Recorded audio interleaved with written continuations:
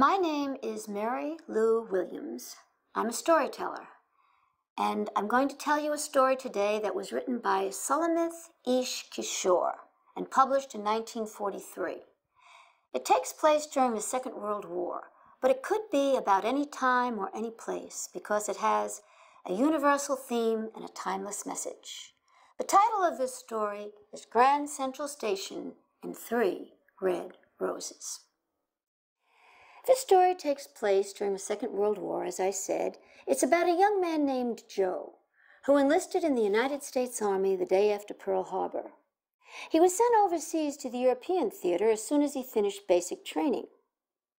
Every day at mail call, when all the other GIs were getting mail, G.I. Joe's name was never called.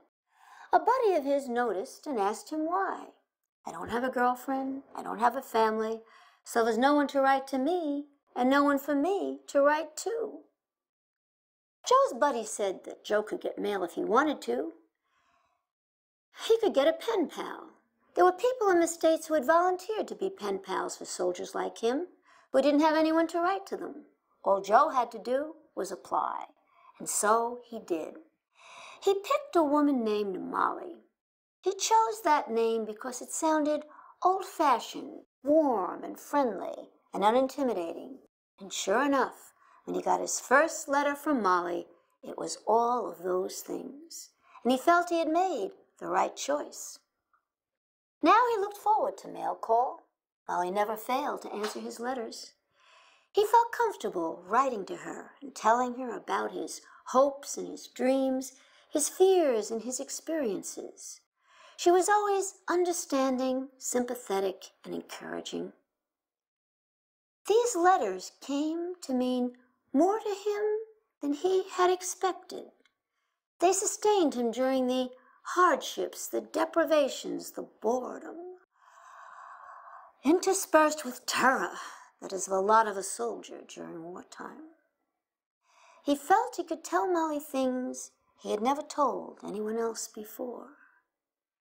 She became his confidant, his support, his best friend, his buddy. After they had been corresponding for about a year, Joe asked Molly for a picture so that he could attach a face to the letters he received from her.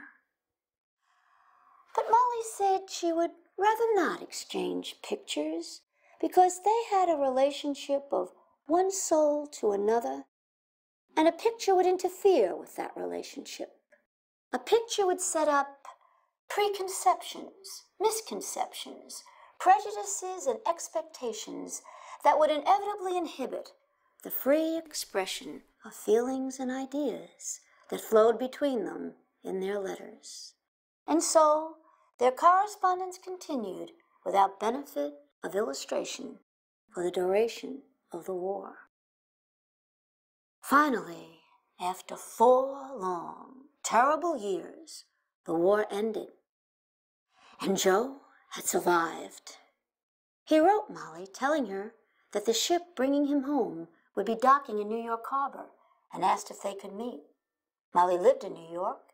She agreed and suggested they meet in Grand Central Station under the big clock at 12 noon. And so that they would recognize one another, each should wear a red rose. On the appointed date, Joe arrived at Grand Central Station a half an hour early with a red rose in the lapel of his uniform. But in order not to appear too anxious, he waited until the big clock on the opposite side of the huge station said 5 minutes to noon, and then he started across. When he was a little more than halfway to his destination, he scanned the area under the big clock, and there, directly underneath it, he saw a woman wearing a red rose. A little old, white-haired lady with a red rose pinned to her dress. A wave of disappointment swept over him, and he realized that he had been hoping that his relationship with Molly could be more than just a friendship, a hope that was not to be. Just then, a woman crossed his path. She stopped directly in front of him, blocking his way. She was the most beautiful woman that Joe had ever seen. She said, "Going my way, soldier boy?"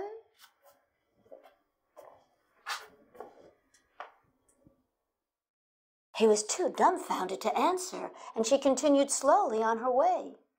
He turned instinctively to follow her, but then realized that if he did, he would not be able to keep his appointment with Molly, the woman who had been his best friend, his support, his confidant for 4 long, lonely years.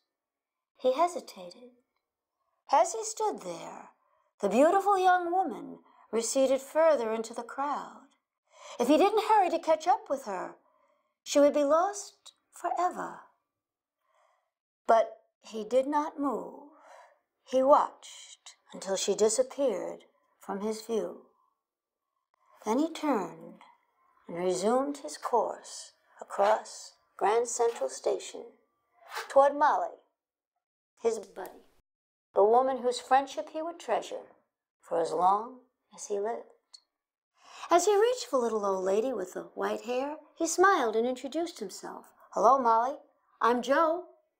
"My name isn't Molly," said the little old lady with the white hair. "My name is Bess." Joe was visibly startled. I'm sorry," he stammered. I mistook you for someone else." But Bess continued. "A young woman asked me to wear this rose and to stand under this clock.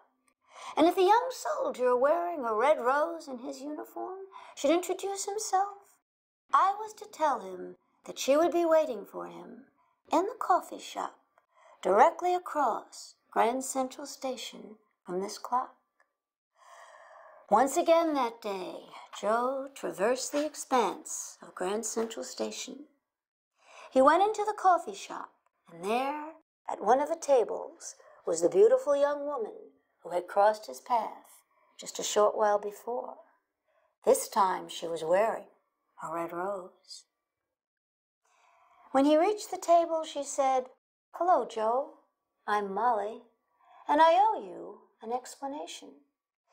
She invited him to sit down, and then she explained. "All my life, I have been sought after because of my beauty. But I never felt that I was loved for myself alone, for who I really am, for my soul. I never felt it before until I felt it in your letters. But I had to be sure. If you had followed me when I crossed your path, you would never have seen me again. But you didn't." Molly and Joe were married later on that year. Bess was the matron of honor. And as she walked down the aisle, the bride carried a bouquet of 3 red roses.